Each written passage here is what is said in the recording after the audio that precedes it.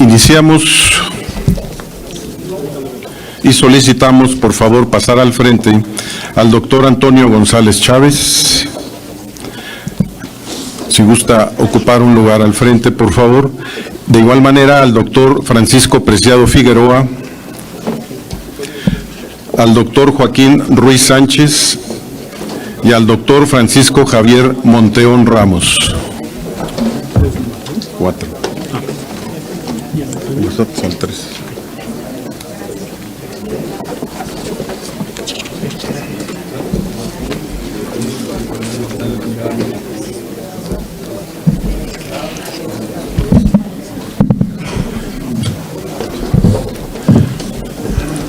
A nuestros invitados ponentes, muchas gracias por estar con nosotros. Iniciaremos este foro con el doctor Antonio González Chávez, médico del Colegio de Síndrome Metabólico del Hospital Siglo XXI. Daré una breve semblanza del doctor, médico del Colegio de Síndrome Metabólico del Hospital Siglo XXI, especialista en medicina crítica y terapia intensiva, internista en la Ciudad de México, certificado por el Consejo Mexicano de Medicina Interna, miembro titular de la Academia Mexicana de Cirugía e investigador del Sistema Nacional de Investigadores Nivel 1, profesor de pregrado y posgrado de la Facultad de Medicina de la Universidad Nacional Autónoma de México y de la Universidad Anáhuac. Presidente de la Asociación Mexicana para el Estudio Multidisciplinario del Síndrome Metabólico, autor de múltiples publicaciones en el área de síndrome metabólico. Y en uso de la palabra, nuestro primer ponente en este foro.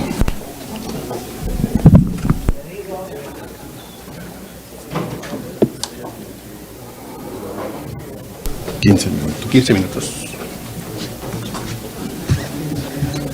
Bueno, pues, buenos días a todos y a todas. Un gusto y un placer estar aquí. Le agradezco a la doctora Ana Degollado su invitación. Nos conocemos porque trabajamos en la salud. Nos encontramos frecuentemente en congresos de educación médica continua, favoreciendo a todos nuestros colegas de primero, segundo y tercer nivel. Y de ahí el vínculo de trabajo que he hecho con ella. Pues yo voy a hablar sobre todo de esta palabra que mencionó la doctora de promoción de la salud. Estoy totalmente de acuerdo con la donación de órganos y de tejidos y de células. Sin embargo, también hay que favorecer el conocimiento para hacer una promoción de salud y también evitar una catástrofe, porque nunca alcanzará si no prevenimos. Entonces, este es el enfoque que quiero expresarles en breves palabras. Y mostraré algunas diapositivas con el fin de que centremos el tema y nos entendamos plenamente cuál es el mensaje que quiero transmitirles. Si me pasa la primera, por favor. Bueno, pues simplemente nada más una pequeña corrección. Hago el evento habitualmente donde nos conocimos la doctora Ana Degollado y yo, en el siglo XXI, pero yo trabajo en el Hospital General de México. El Hospital General de México, de la Ciudad de México, forma parte de los hospitales donde se hace trasplantes. Entonces, conozco todo lo que conlleva el aspecto logístico de un trasplante y también pues soy conocimiento de ello. Sin embargo, no es el motivo de mi presencia aquí. El motivo de mi presencia es la siguiente. Se los transmitiré brevemente. La segunda, por favor. Yo voy a hablarles del concepto de salud metabólica, distinto del concepto de salud o formando parte del concepto de salud. Pero quiero hablar específicamente de salud metabólica porque nosotros cuando mantenemos un equilibrio entre la ingesta de calorías y el gasto de las mismas, pues mantenemos un equilibrio metabólico que hace que el porcentaje de grasa en nuestro organismo sea el adecuado. Y eso hace que no se altere ningún parámetro metabólico en nosotros. Eso se llama salud metabólica. Si nosotros pasamos a un exceso de calorías, de nutrientes, que supera el gasto que hacemos de ella, en ese momento viene un desequilibrio y en ese momento se empieza a acumular grasa en nuestro organismo. Esta cantidad de grasa en exceso en nuestro organismo empieza a alterar aspectos metabólicos, que una vez iniciados, simplemente en cascada, empiezan a crecer y llevan a enfermedad. Entonces, este punto es primordial. ¿Qué tan expuestos estamos en la población en México? La siguiente. Pues mucho, porque nosotros consumimos alimentos saludables en un porcentaje mucho menor del 50%, tanto en fruta, verduras y leguminosas. Y sin embargo, la siguiente, somos una población que consumimos muchos alimentos procesados, incluyendo bebidas, carnes y otros alimentos ultraprocesados, botanas y dulces y cereales. Y abarca todos los grupos étnicos, niños, adolescentes y adultos.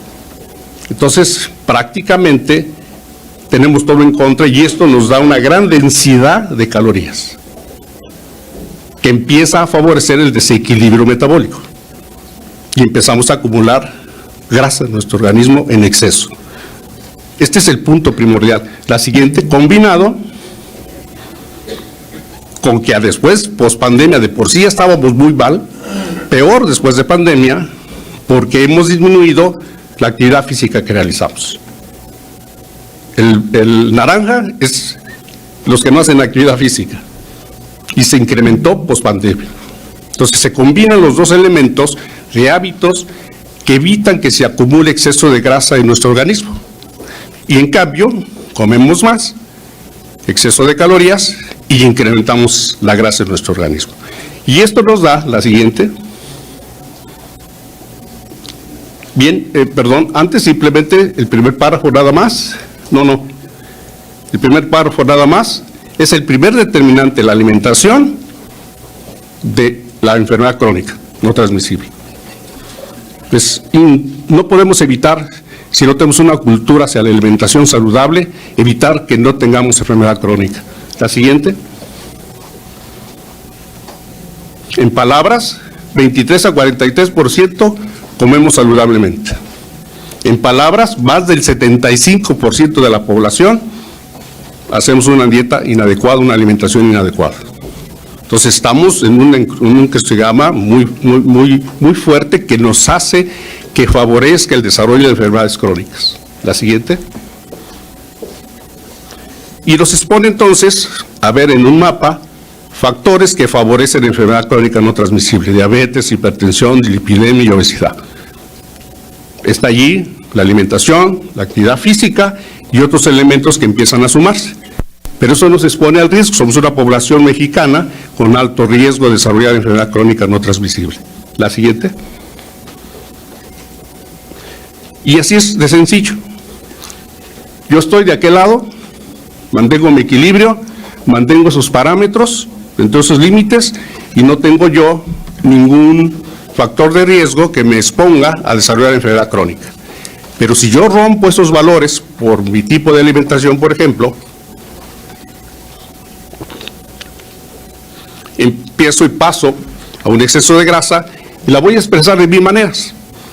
Se habla de distintos fenotipos de acúmulo de grasa en el organismo, muchos, pero hay uno muy importante que no nos damos cuenta y que al no nos darnos cuenta simplemente empieza a acumularse más grasa.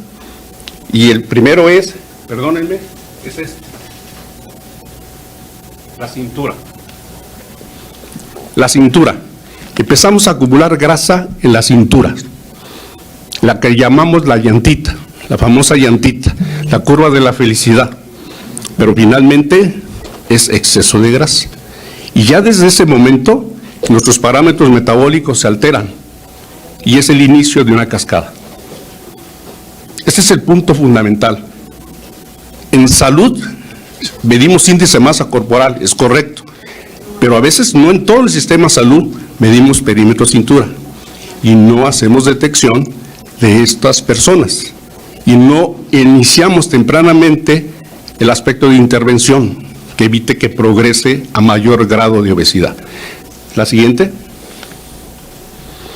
Y entonces tenemos todo este panorama de obesidad, todas distintas formas de expresión de exceso de grasa, ¿sí? Este es el punto que ahora estamos como población mexicana. De tal forma que pues tenemos que evitar que esto progrese y tenemos que detectar desde que empieza la persona a tener obesidad. Pero hay este punto que a veces me dicen, oiga, pero si mi índice de masa corporal es normal. No, espérenme, pero tienes un perímetro de cintura ya no normal. Más de 90 centímetros en el hombre y más de 80 centímetros en la mujer. Eso ya es exceso de grasa, a pesar que mi índice de masa corporal sea normal. Desde ese momento ya es obeso metabólico, aunque tenga índice de masa corporal normal. Este es un nuevo concepto que tenemos que implementar acción dentro del sistema de salud, porque así es como empieza la cascada. La siguiente. ¿Y la cascada cuál es?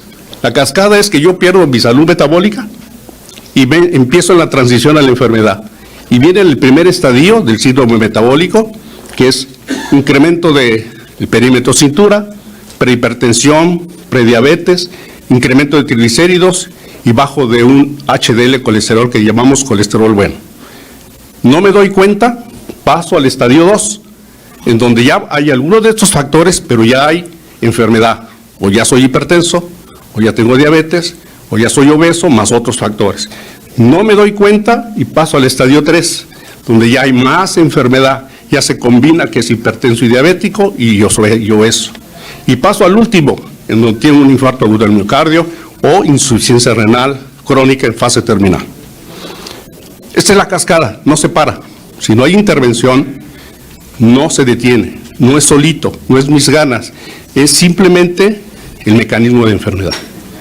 Y así es, por eso el contexto es síndrome metabólico, porque este abarca desde empezar una promoción de salud, detectando cuando perdamos si existe un exceso de grasa inicial, se altera nuestra salud metabólica y de ahí empieza este panorama.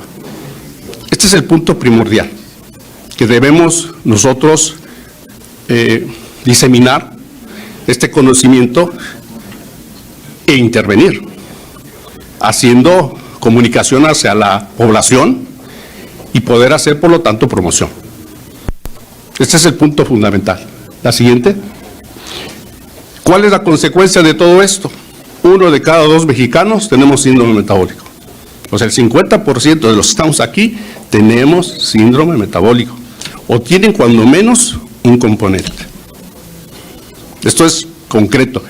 Esto es comparado por un estudio en Ensanud, pero la siguiente se corroboró en un estudio que conjuntó estudios en población mexicana, en donde igual yo participé con uno, González Chávez, y se corrobora que efectivamente tenemos 1 de cada 2 mexicanos, tenemos síndrome metabólico. Uno u otro componente tenemos presencia de él. La siguiente. Si ustedes ven, este es el punto de distribución, cómo portamos el síndrome metabólico. Unos más triglicéridos, unos más perímetro cintura, unos más hipertensión, unos más prediabetes, pero una combinación también se da. Entonces es la expresión de cómo estamos como población mexicana. La siguiente. Entonces, reitero, es así como es la escala, ¿sí? Y ahora estamos hablando, en el estadio 4, que ya hay enfermedad, que entonces va a ser unos requerimientos en salud para estas personas diferentes. Ya va a ser diferente. Tiene un infarto agudo del miocardio, deterioro de su corazón, y puede ser que sea necesario hacer un trasplante en un futuro determinado. Tiene insuficiencia renal crónica por diabetes, hace insuficiencia renal crónica, y puede ser necesario que sea demandante de un trasplante de riñón. Entonces, aquí es donde viene esa cadena. ¿Por qué no prevenirlo? Es obvio que tenemos que tener todo legislado en respecto a trasplantes, pero también tenemos que actuar previniendo. Si no, la necesidad de trasplante cada vez va a crecer mucho más y nunca lo vamos a alcanzar. Eso es definitivo. Entonces, si tenemos que tener las dos formas de acción conjuntas, esta es la pluralidad que se da en este foro. Tiene que verse con amplitud y actuar de las dos formas, tanto prevenir como dotar a quien ya tiene la enfermedad y ayudarlo, pero nunca va a alcanzar si no hacemos prevención. La siguiente. Vean ustedes, en obesidad sí estamos. 7 de cada 10 o 8 de cada 10 mexicanos tenemos sobrepeso y obesidad. Así estamos. Y abarca ya niños, escolares y adolescentes. Entonces, sí es un tema toral, cultural de nuestra sociedad, que algo nos está ocurriendo. Ustedes vieron el tipo de alimentación que tenía el preescolar y el escolar y el adolescente, semejante a un adulto comiendo gran cantidad de alimentos con alta densidad de calorías. Entonces, estamos transmitiendo una cultura que no es la correcta. Nuestros niños están ya impactados por este problema. Estamos viendo ahora que gente joven, adulto joven, expresa diabetes tipo 2, agresiva. Y ahora estamos viendo en el escenario pacientes jóvenes infartados, pero que tienen estas características de síndrome metabólico. Y empiezan a discapacitarse desde temprana edad, en edad productiva. Y algunos fallecen prematuramente. Entonces, este es el punto. La siguiente. El 78% casi tiene perímetro de cintura normal. Si nos medimos nosotros la cintura, 78, si a 7 de los que estamos aquí otra vez, tenemos un perímetro de cintura anormal. La siguiente. La obesidad da muchas complicaciones. Entre una de ellas, hígado graso, que ahora es un problema que se está transformando. Grasa en el hígado, que no se estaba pensando en eso y ahora debemos buscarlo. Y eso conlleva a cirrosis y va a ser población que demande un trasplante hepático. Y esto está creciendo de una manera impresionante. Es más, todavía la detección estamos pensándolo, ya debemos pensar en detectar hígado graso, que incrementa riesgo cardiovascular. La siguiente. Diabetes, 15.8. ¿Sí? La siguiente. 14 millones tienen diabetes tipo 2. La siguiente. 1 de cada 4 está controlado metabólicamente. 3 entonces, no controlados, riesgo de complicaciones. Y por lo tanto, insuficiencia renal crónica, por ejemplo, demanda de donación de riñón. Hígado graso también lo hace el paciente con diabetes, también va a presentar cirrosis, demanda de trasplante hepático. Y pudiera ser, por algunas circunstancias especiales, trasplante de córnea. No todos los pacientes con diabetes tienen que tener ciertos puntos para ameritar un trasplante de córnea. La siguiente. Hipertensión arterial. 1/4 de la población de México tiene hipertensión arterial, que contribuye a daño a corazón. Juntamos diabetes, hipertensión, daño a corazón, juntamos hígado, incremento del riesgo a corazón, y eso, incremento del trasplante de corazón. Entonces, el control de hipertensión, de obesidad y diabetes no es el más ideal en México. Todavía nos cuesta mucho trabajo, porque falta mucha cultura, el contribuir con hábitos saludables para favorecer un buen control en el mexicano. La siguiente. El panorama, que así lo viéramos junto. Muchos tenemos quizá este problema, formamos parte quizá o no de esta población de enfermedades crónicas que tenemos actualmente en México. La siguiente. Primera causa de mortalidad, pues obviamente las enfermedades cardiovasculares. En todos, y van a impactar en corazón finalmente, por diferentes formas, por tener diabetes, por tener hipertensión, por tener obesidad, por tener hígado graso. Por eso es la primera causa, y también por infarto. Infarto que puede sobrevivir, y si sobrevive, deterioro de la calidad de vida del corazón, insuficiencia cardíaca, ameritamiento de un trasplante cardíaco. Entonces, va difícil el panorama. La siguiente. Y aquí es lo que les menciono, analizando las muertes, cada vez los circulitos, vean ustedes que abarca población de 35 a 44 años, ya está creciendo diabetes tipo 2, ya está creciendo enfermedades del hígado, ya está creciendo enfermedades del corazón, Antes las veíamos después de los 65 años y ahora ya no. Ese es el panorama epidemiológico que viene. Pues hasta aquí mi intervención, porque lo demás de trasplante, aunque traigo unas diapositivas que ya fueron mencionados, la frecuencia, la demanda, etcétera, por la doctora Ana Degollado, y mi mensaje se termina en este momento. Les agradezco mucho su atención. Muy amables.